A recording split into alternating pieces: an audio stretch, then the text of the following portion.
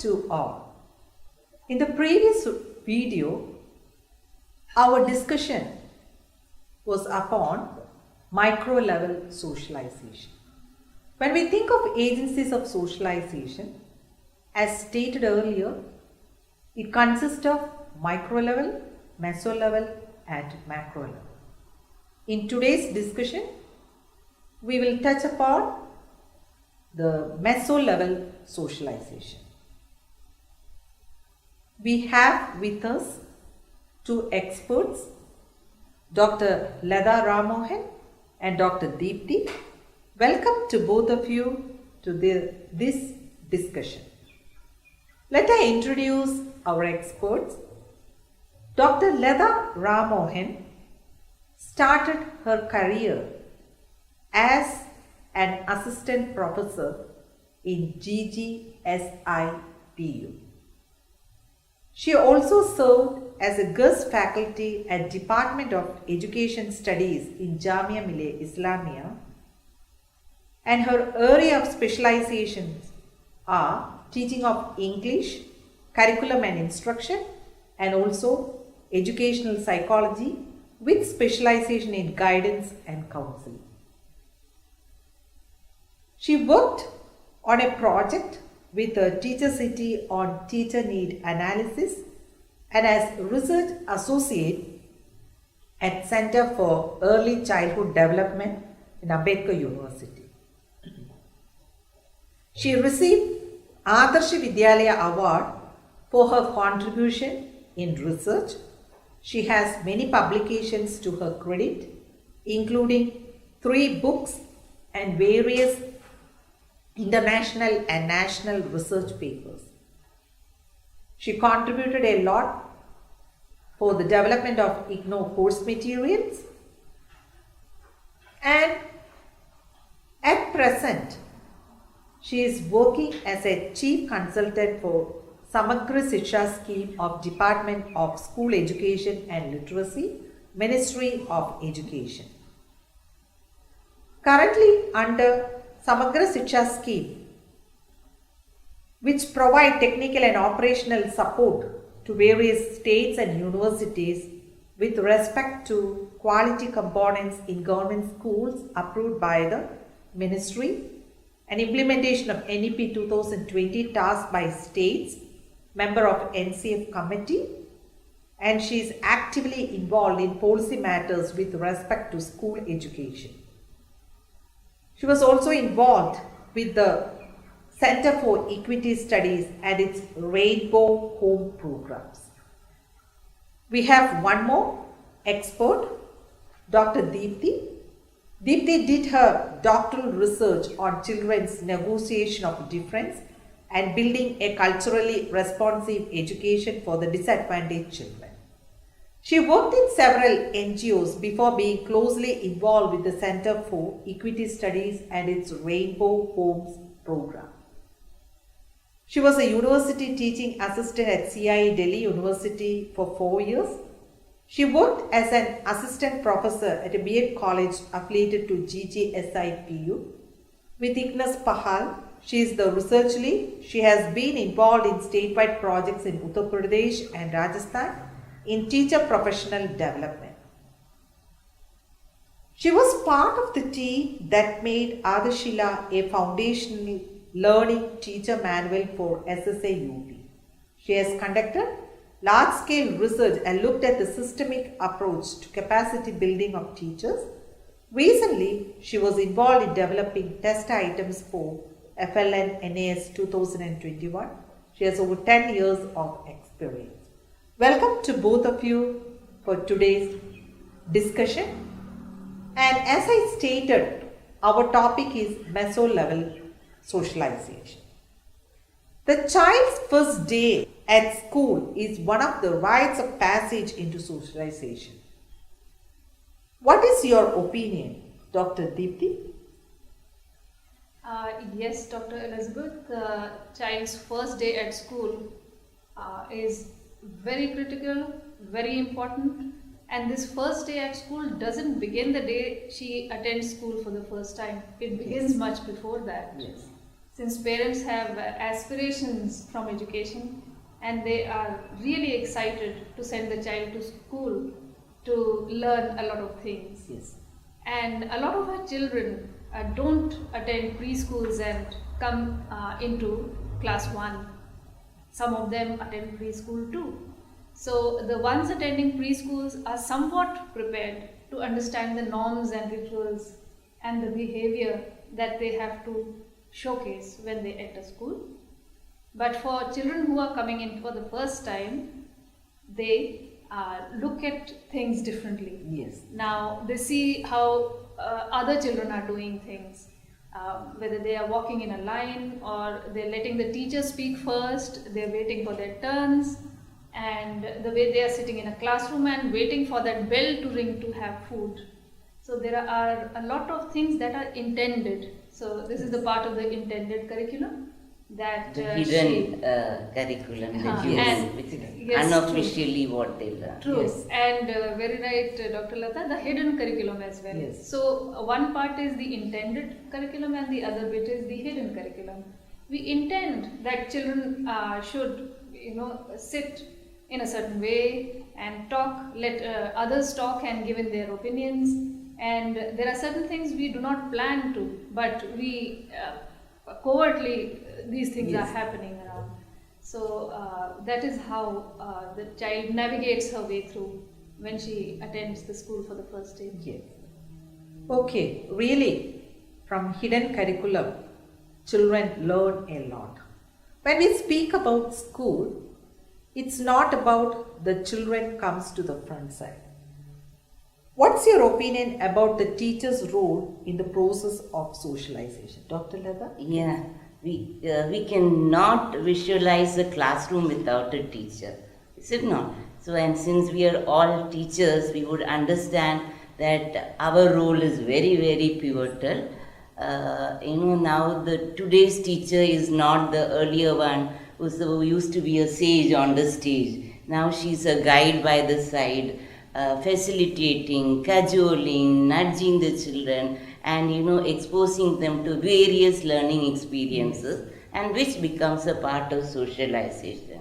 Her role, as I said, is not just a transmitter of knowledge, though she definitely provides information and knowledge. She has to manage conflict. She's a manager, she's a guide, she's a guardian, and indeed a very, very versatile personality in the classroom. But care should be taken that she is the ideal and the model, because children, especially in the young age, they look up to the teacher, right? So the modeling behavior has to be there so that children can be taken to the right path, not being judgmental, and all this is very, very vital for today's teacher. Though she has various roles to perform, this modeling behavior is one that children would learn, and it would be there with them the rest of their lives. Okay. And when we look at classroom situation, we can call it as a miniature society.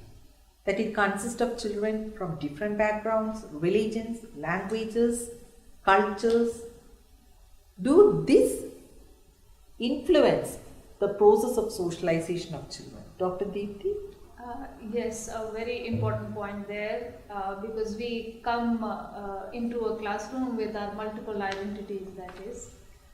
We belong to a certain religion and have certain languages, we come from certain regions. All of this has a bearing on how children interact within the school space. The important part, Dr. Elizabeth, is that school is that open space where you're meeting a lot of people who are different from you. Yes. Till now, you've been into a family and in a community that is yours, to where you really belong, and you're learning all your norms and customs and faiths for that matter. But in the school, you are exposed to people who are different. You get to know different perspectives. Yes. And you come in interaction with different faiths.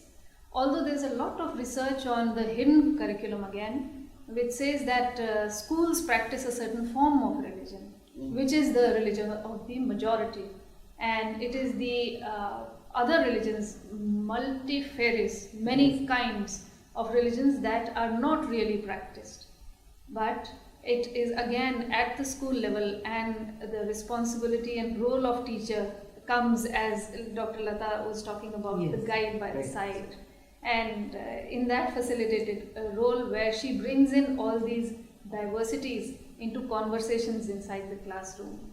So that builds a safe space, that builds a space for talking about various perspectives, and also building a diverse secular society. Okay, thank you. In our society, we can see that the resources are unevenly distributed.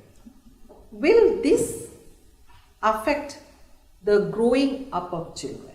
Dr. Deepthi, you can. Yes, definitely, Yes, Dr. Elizabeth. Very important. Class also influences growing up and socialization to a very large extent, because we are also expanding the experiences and scope of the child to interact not only with individuals but also with ideas. They say that when a child comes into the school, a child who is from an upper social class Yes. has 1 lakh more words Yes. in her vocabulary than a child who comes from a really poor background, because there's no exposure to reading. Yes. So this is the reading gap we are talking of when a child is coming into school from a poor background. So apart from this, not only books but also the spaces where the child stays in, and exposure to the various clubs and groups that she gets influences her being. So there is more exposure to spaces that are unsafe. There are more exposure to people who are not the ideal kind, as we say in the society. So in order to make yourself educated in a way, in order to become somebody who is educated and also break through that cycle of poverty, there's a lot of effort at the level of the lower class than at the higher. Yes, thank you. So here we can see how the resources, whether all the children are getting.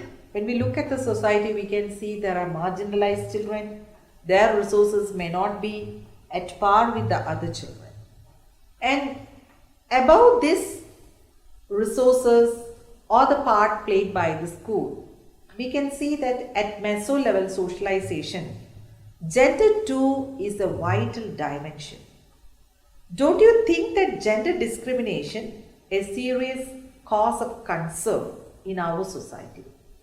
Dr. Lata, what's your opinion on this? Yeah, I agree totally. It is a bane to the society and the process of socialization. And this gender is, what the child, as soon as the child is born, these are imbibed by the child that you have to be this, you have to be this. A boy has to be like this, a girl has to be like, especially in our society, they say pink is for girls and blue is for boys. A girl looks so pretty and the boy is so strong. These are the things that we unintentionally, teach our children. And this discrimination starts at the various levels, especially because of class, because of the culture, the religion. All these are directly and indirectly causing this discrimination. And especially for a growing child, it is very difficult, especially with girls, education and all that. We have come across so many cases where this discrimination becomes a bane to the society. But I am thankful and very glad that things have improved so much now. We are now in a position to able to talk of gender neutrality. Rather than equation, we talk of neutrality. But there is much to go before we say we are confident that this discrimination is no more in the society. Okay, about this gender discrimination, what is your opinion about, or what is the role should be played by the school about this gender parity and everything? Can you throw some light upon that, Dr. Deepthi? Yes, sure. Gender discrimination, a huge issue. Even if it is not practiced directly, it just comes in. School has a huge role, and like we said before, that the government has definitely made big strides in including girls. Starting from the probe report onwards, we do not have separate toilets for boys and girls to start with, which is why girls would not attend school. And then talking about improving the quality of schooling for girls, having more lady teachers in school so that more girls can attend school. So there have been certain huge strides made on that front. And when it comes to the role of the school, the culture of the school here plays a very important role. What are we expecting the girls vis-a-vis the boys to do? Anytime a chief guest comes into the school to cut a ribbon, who is holding that tray? And who is making the speech? And then again, so these are certain norms that are unintentionally again practiced in the school. And then there is this huge research about who is better at math and who is better at language. So to begin first of all with those prejudices that such and such a gender can be good at this and not good at that is also to be questioned and looked at within the classrooms. Here again, I think teachers' role is also very Absolutely, important, yes. right? So you spoke that all this unintentionally it will influence the children because they are observing what is practicing in classroom. Yes, exactly. And one more very important thing I think is the way we treat knowledge per se. Because science is about, something detached and inside the nature rather than in cooking. Rather than in processes that happen at home, rather than in things that people do within. So there is a lot of science, there's a lot of math in all cooking all and aspects, cleaning and all aspects. So if we bring that in, we can enable more number of girls as well as boys to be talking within the class. So I think the boys also have to be empowered. To be talking alongside with the girls. So. Okay, thank you for the fruitful discussion. Hope that you have understood what is this meso level socialization, where the most important part is played by school, and where the gender role is also important. From the womb of the mother, this gender socialization is starting. How the society perceives and how it unknowingly enters into the minds of adolescents. Thank you.